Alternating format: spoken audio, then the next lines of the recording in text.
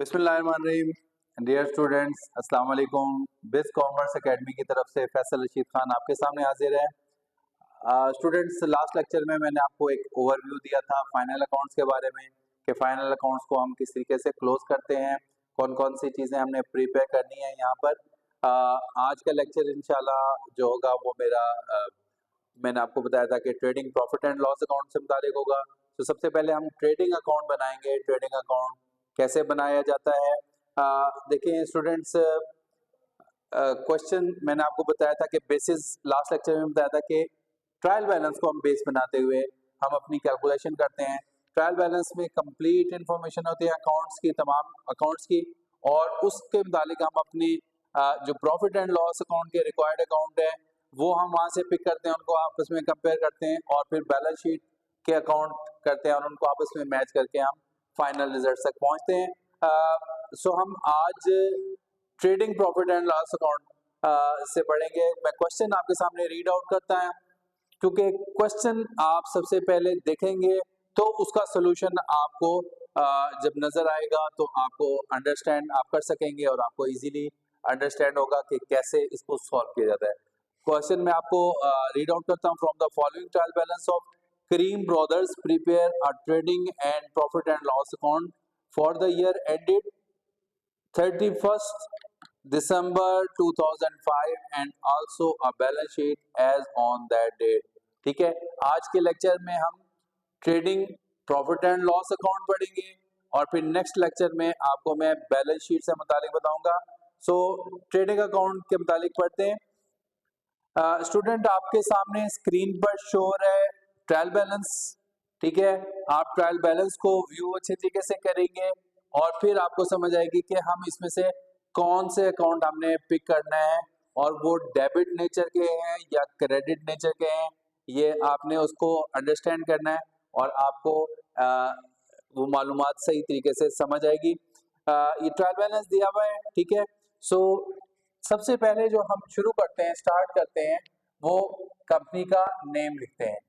So company का नाम यहाँ पर करीम ब्रदर्स मेंशन है और उसके बाद सेकंड जो लाइन है हम वो डॉक्यूमेंट का नेम लिखते हैं जो हम प्रिपेयर कर रहे हो। सो यहाँ पर हम trading profit and loss account prepare कर रहे हैं।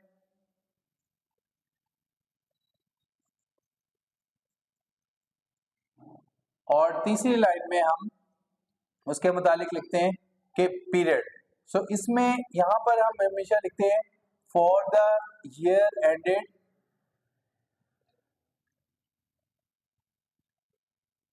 31st दिसंबर, जो उसकी क्लोजिंग डेट दी गई यहाँ पर 2005 दी गई है। सो आप इसको इस तरीके से लिखेंगे। ठीक है, और इसके बाद आप नेक्स्ट स्टेप में आपने क्या करना है कि इसके मुतालिक जो इसका कॉलम्स है वो कॉलम्स किस तरीके से प्रिपेयर होंगे। स्टूडेंट्स, ये अकाउंट फॉर्म है इसलिए इसको डेबिट और क्रेडिट के तरीके से हम प्रिपेयर करते हैं। राइट साइड पे क्रेडिट बैलेंस और लेफ्ट हैंड साइड पे डेबिट बैलेंस होता है हमेशा अकाउंट में। ये डेबिट होते हैं साइड और ये क्रेडिट होती है। ठीक है, और इसको हम इस तरीके से लाइन लगाकर यहाँ पर लिख भी सकते हैं कि यहाँ पे पर्टिकुलर्स या आइटम्स भी लिख सकते हैं और यहाँ पर अमाउंट, इसी तरह पर्टिकुलर्स। तो स्टूडेंट्स, इस तरीके से आप कॉलम बनाएंगे और यहाँ पर आपने डेबिट और क्रेडिट के तरीके से इसको अकाउंट को बनाया। यहाँ पे मैं आपको बता दूं कि ये इनकम स्टेटमेंट फॉर्मेट में भी बनता है, बट आईकॉम लेवल पर हमेशा अकाउंट बनाया जाता है। तो हम अकाउंट की प्रैक्टिस करेंगे, लेकिन इन फ्यूचर कभी इत्तेफाक हुआ तो मैं आपको नेक्स्ट जो सब्जेक्ट होगा उसके लेक्चर में मैं आपको इनकम स्टेटमेंट वाला फॉर्मेट भी आपको समझाऊंगा वो किस तरीके से बनाया जाता है। बट यहाँ पर हम अकाउंट का फॉर्मेट लेंगे। सबसे पहले देखें, यहाँ पर स्टॉक दिया गया है। आपने वन बाय वन बाइफरकेशन कर लेनी है कि कौन सा आइटम जो है वो ट्रेडिंग अकाउंट में। देखें, हमारी जो डेबिट साइड है वो हमेशा ओपनिंग स्टॉक से शुरू होती है, ठीक है। अगर कंपनी के पास या बिजनेस के पास ओपनिंग स्टॉक मौजूद है तो, ठीक है। बाज़ औक़ात ऐसा भी होता है कि बिजनेस न्यू स्टार्ट हो रहा होता है और स्टूडेंट परेशान होता है जी इसमें ओपनिंग स्टॉक तो दिया नहीं गया। सो ये चीज आपको क्लियर कर दूं कि नए बिजनेस में डेफिनेट बात है कि वहां पर ओपनिंग स्टॉक नहीं होता, क्योंकि जो लास्ट ईयर का क्लोजिंग स्टॉक का बैलेंस होता है वही अगले साल का ओपनिंग स्टॉक होता है।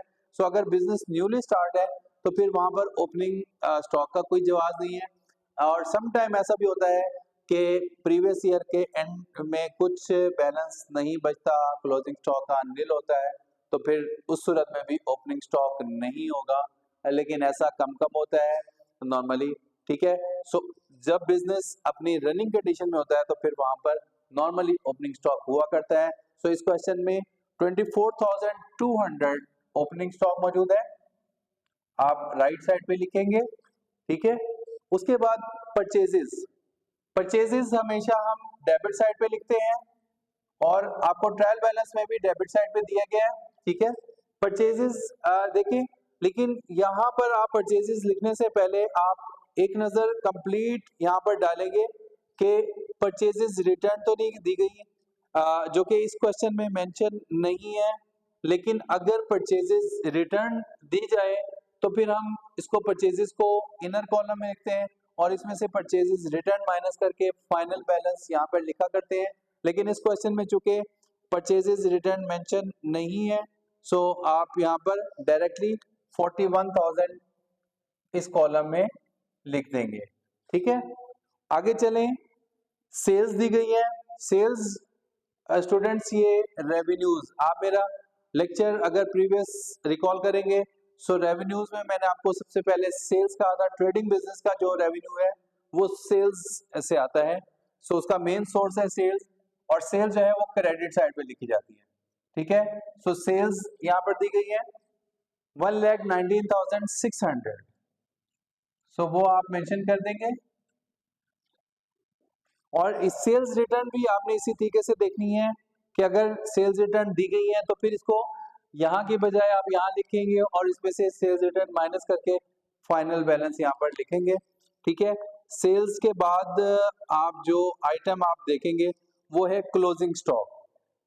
स्टूडेंट्स, क्लोजिंग स्टॉक कभी भी ट्रायल बैलेंस में नहीं दिया जाता। ये ट्रायल बैलेंस प्रिपेयर होने के बाद इसकी कैलकुलेशन होती है और इसकी क्लोजिंग एंट्री पास होती है और इसके जरिए ये फिर शो किया जाता है क्लोजिंग एंट्री।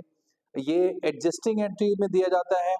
आप एडजस्टमेंट में देखेंगे तो यहाँ पे नीचे चौथी एडजस्टमेंट जो दी गई है उसमें क्लोजिंग स्टॉक मेंशन किया गया है 32,600, ठीक है। और आपको नॉलेज के लिए स्टूडेंट्स बता दूं कि जो एडजस्टमेंट होती हैं हमेशा उनके दो इफेक्ट होते हैं। ये ट्रायल बैलेंस प्रिपेयर होने के बाद आती हैं कुछ एडजस्टमेंट, ठीक है।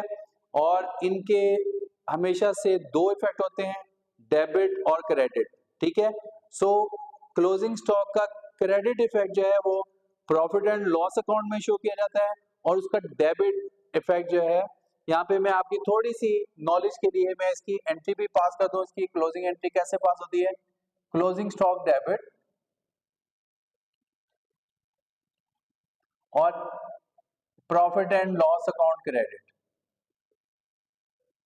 या इसको हम इनकम एंड एक्सपेंसेस समरी कहते हैं, ठीक है। सो ये क्रेडिट यानी ये 32,600 से, सो ये मैं आपकी नॉलेज के लिए दे रहा हूं, लेकिन आपको ये करने की जरूरत नहीं है एंट्री, ये समझाने के लिए। सो इसके दो इफेक्ट, डेबिट और क्रेडिट। तो नॉर्मली ऐसा होता है कि एक इफेक्ट बैलेंस शीट में आता है और एक इफेक्ट इनकम स्टेटमेंट में। सो इसका डेबिट इफेक्ट जो है वो बैलेंस शीट में होगा, क्रेडिट इफेक्ट जो है वो इनकम स्टेटमेंट में, ठीक है। सो हम यहाँ पर क्लोजिंग स्टॉक लिखेंगे,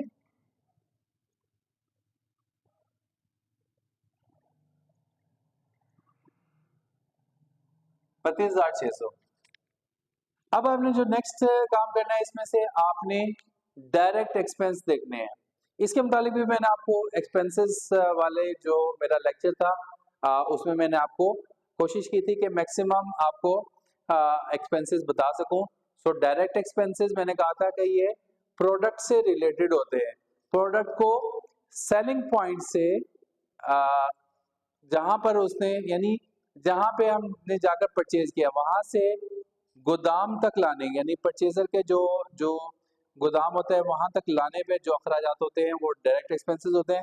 सो इस क्वेश्चन में देखें, अगर हम वन बाय वन इसको रीड करें देखें तो इसमें यहाँ पर एज सच कोई भी डायरेक्ट एक्सपेंसेस मेंशन नहीं किया गया, ठीक है। सो हम इसको डायरेक्टली कैलकुलेट कर लेंगे।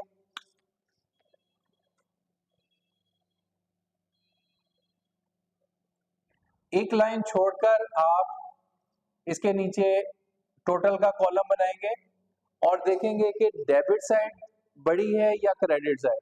सो जिस जो भी side which side is greater उसका टोटल आप लिख देंगे। सो यहाँ पर वाज़ेह एक डिफरेंस है कि क्रेडिट साइड देखने में बड़ी लग रही है, ठीक है, 1,19,000, और इसमें जब 32,000 जमा करेंगे तो ये 1,52,200, ठीक है।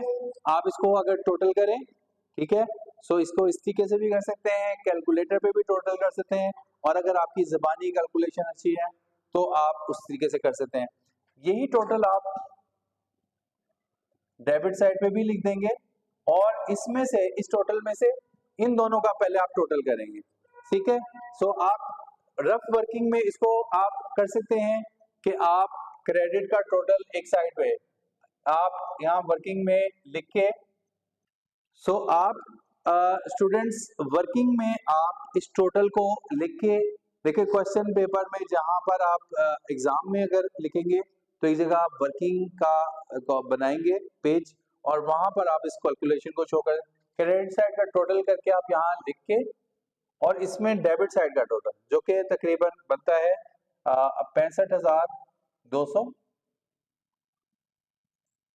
और अगर ये हम देखें इसमें से माइनस करें तो ये बन जाएगा 87,000, ठीक है। सो 87,000 यहाँ पर मेंशन होगा, और चूंकि क्रेडिट साइड बड़ी है यानी रेवेन्यूज वाली साइड बड़ी है, एक्सपेंसेस वाली साइड कम है, तो ये प्रॉफिट, और इसको काम कहते हैं ट्रेडिंग प्रॉफिट। ट्रेडिंग अकाउंट का जो रिजल्ट आता है उसको हमेशा हम कहते हैं gross profit. So gross profit यहाँ पर 87,000, ठीक है। इसको हम फिर आगे फर्दर शिफ्ट करेंगे प्रॉफिट एंड लॉस अकाउंट में, और ये चूंकि क्रेडिट बैलेंस है सो क्रेडिट साइड पर मेंशन होगा। जी स्टूडेंट्स, यहाँ पर हमने देखिए ग्रॉस प्रॉफिट चूंकि क्रेडिट बैलेंस है इसको हम क्रेडिट साइड पर शिफ्ट करेंगे, और फिर हम फर्दर इसमें से प्रॉफिट एंड लॉस अकाउंट के आइटम्स यहाँ पर लिखेंगे जो कि अदर एक्सपेंसेस या जिन्हें हम ऑपरेटिव एक्सपेंसेस कहते हैं, उनको हम देखेंगे कि वो कौन कौन से हैं, और यहाँ पर हम एडजस्टमेंट भी देखेंगे साथ साथ, ठीक है। सो अगर हम देखें स्टूडेंट्स तो वन बाय वन सबको, तो यहाँ सन्डी क्रेडिटर्स के नीचे लिखा हुआ है income tax. So income tax students expense होता है बिजनेस का कंपनी की सूरत में। यहाँ पर एक चीज आप क्लियर कर लीजिएगा, एक कॉन्सेप्ट आपको यहाँ पर जो मैं यहाँ पर मेंशन कर रहा हूँ कि ये कंपनी की सूरत में ये बिजनेस का एक्सपेंस होता है, लेकिन सोल प्रोप्राइटरशिप और पार्टनरशिप की सूरत में ये चूंकि इंडिविजुअल इनकम पर उनकी यानी इनफरादी आमदनी के ऊपर ये टैक्स किया जाता है, सो उनकी इनफरादी आमदनी यानी उनकी ओनर इक्विटी या पार्टनरशिप की सूरत में उनके कैपिटल से माइनस होगी, ठीक है। सो हम इसको बिजनेस का एक्सपेंस यहाँ पर कंसीडर नहीं करेंगे, ठीक है। सो इनकम टैक्स को छोड़ देंगे। आगे मशीनरी दी गई है, मशीनरी पे कैलकुलेशन है डेप्रिसिएशन की। अब देखिए 36,000 मशीनरी का बैलेंस है, सो हम उसके ऊपर डेप्रिसिएशन कैलकुलेट करेंगे, डेप्रिसिएशन ऑन मशीनरी। अगर 36,000 पर आप 5% करें, आप यहाँ पर लिख के भी कर सकते हैं, अगर आपकी ज़बानी कैलकुलेशन अच्छी है आप उसको कर सकते हैं, या आप इसको कैलकुलेटर यूज कर सकते हैं। तो 36,000 का 5% बनेगा 1,800 रुपए, और उसके बाद आप देखें तो बिल्डिंग दी गई है 1,44,000 की, और इसके ऊपर डेप्रिसिएशन है 2%। ठीक है, आप इसको जिसे हम कहते हैं एज एन उर्दू में, और एज इट इज या डू कहते हैं, इसको आप ये लिख के और यहाँ पर बिल्डिंग लिख सकते हैं। ठीक है, सो ये 5% है और ये 2%। ठीक है, सो 1% होगा 1440 और 2% उसको डबल कर देंगे, सो 2880 ये इसका डेप्रिसिएशन है। उसके बाद अगर नीचे आए तो सैलरीज स्टूडेंट्स एक्सपेंस है, और हम इसको ऑपरेटिव एक्सपेंस में लिखेंगे 26,000 रुपीज। उसके बाद जनरल एक्सपेंसेस दिए गए हैं, जनरल एक्सपेंस आप यहाँ पर लिखेंगे, ये भी ऑपरेटिव एक्सपेंसेस है 6,000 के। और नीचे अब कैश एट बैंक और कैश इन हैंड है जो कि एसेट्स हैं, यहाँ पे इसको इग्नोर करेंगे। नीचे अगर आप एडजस्टमेंट पे देखें, so provide for doubtful debts at the rate 5%। देखें, सबसे पहले आप देखेंगे सन्ड्री डेटर्स। सन्ड्री डेटर्स यहाँ पर ऊपर दिए गए हैं 33,600, तो 33,600 का 5%। स्टूडेंट्स आप इसको लिख के भी कैलकुलेट कर सकते हैं, और ज़बानी इसका 5% अगर कैलकुलेट करें तो ये बन जाएंगे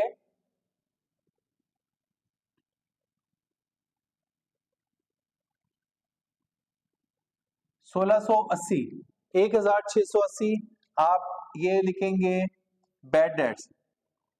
स्टूडेंट्स यहाँ पे आपको बताता चलो बैड डेट्स क्या होते हैं, कि वो अखराजात होते हैं जो कि हम डेटर्स पर लेते हैं, और डेटर्स चूंकि हमारे कर्जे की रकम जो हमने उधार पर सेल की हुई होती है, जो कि हमें पैसे मिलने होते हैं, लेकिन उसमें से नॉर्मली कुछ ऐसा हिस्सा होता है जो कि मिलने की उम्मीद नहीं होती है, और कहा जाता है ना कि उधार दो और भूल जाओ। तो बहुत कम लोग हैं जो कि उधार वापस करते हैं, ज़्यादातर लोग जो है वो उधार को अपना माल समझकर इस्तेमाल करते हैं। बहरहाल ये एक कैलकुलेशन है, नॉर्मली देखा जाता है 5% या 6% अमाउंट होती है जो कि नहीं मिलती, इरिकवरेबल होती है। सो 1680, और उसके बाद for discount on 5% on Sunday. इसके बाद फर्दर इस पे डिस्काउंट, सो आप क्या करेंगे, पहले 33,600 में से 1680 माइनस करेंगे। ठीक है, और ये अमाउंट बन जाएगी 31,920, और इस पे फर्दर फिर 5% आप करेंगे।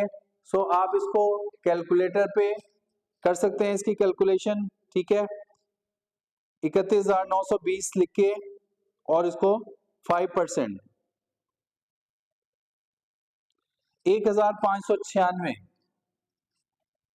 या आप लिखेंगे डिस्काउंट ऑन डेटर्स 1,596। उसके बाद अगली एडजस्टमेंट देखें, create reserve for discount on creditors 3%। Students यहाँ पर 25,000 क्रेडिटर्स दिए हुए हैं और उन पे डिस्काउंट है 3%। देखिए, जिस तरीके से डेटर्स का डिस्काउंट एक्सपेंस होता है, क्रेडिटर्स के पे अगर डिस्काउंट है तो वो इनकम होगी। सो आप यहाँ पर इनकम साइड पे लिखेंगे discount on creditors eight the rate 3%, और 25,000 है तो उसका 1% अगर हम करें तो वो बनेगा 250 रुपये, और अगर उसको 3 से मल्टीप्लाई करें तो 750। तो 750 रुपये जो है वो क्रेडिटर्स के ऊपर डिस्काउंट है। स्टूडेंट्स, हम ट्रायल बैलेंस और एडजस्टमेंट को देखें तो प्रॉफिट एंड लॉस अकाउंट से मुतालिक हमारी मालूमात यहाँ पर कंप्लीट हो गई हैं। तो हम इसको टोटल कर लेंगे, और टोटल करने के लिए क्या है, आप 2-3 लाइनें छोड़कर आप इसको टोटल की लाइन लगाएंगे और देखेंगे कि कौन सी साइड ग्रेटर है। देखने में वाज़े तौर पर यहाँ पर 87,750 बैलेंस आ रहा है, और अगर इसको देखें तो ये 26,000 मेन है, और ये देखने में वाज़े तौर पर कम लग रही है। बाज़ औक़ात जो है वो कुछ थोड़ा सा गैप होता है, तो फिर आप इसको बाकायदा कैलकुलेशन करके आप क्रेडिट और डेबिट साइड पे लिख सकते हैं, लेकिन ये आप 87,750 यहाँ पर लिख देंगे और अब आप डेबिट साइड का टोटल कर लेंगे। ठीक है, डेबिट साइड को अगर हम टोटल करें तो देखिए पहले 1800 है और इसमें जमा करेंगे 2880 और जमा करेंगे 26,000 और इसके बाद 6,000 मजीद जमा करेंगे और फिर 1680 और फिर 1596, तो ये बचेगी 39,956। 39,956 को आप क्या लिखेंगे और 87,750 में से माइनस करेंगे तो ये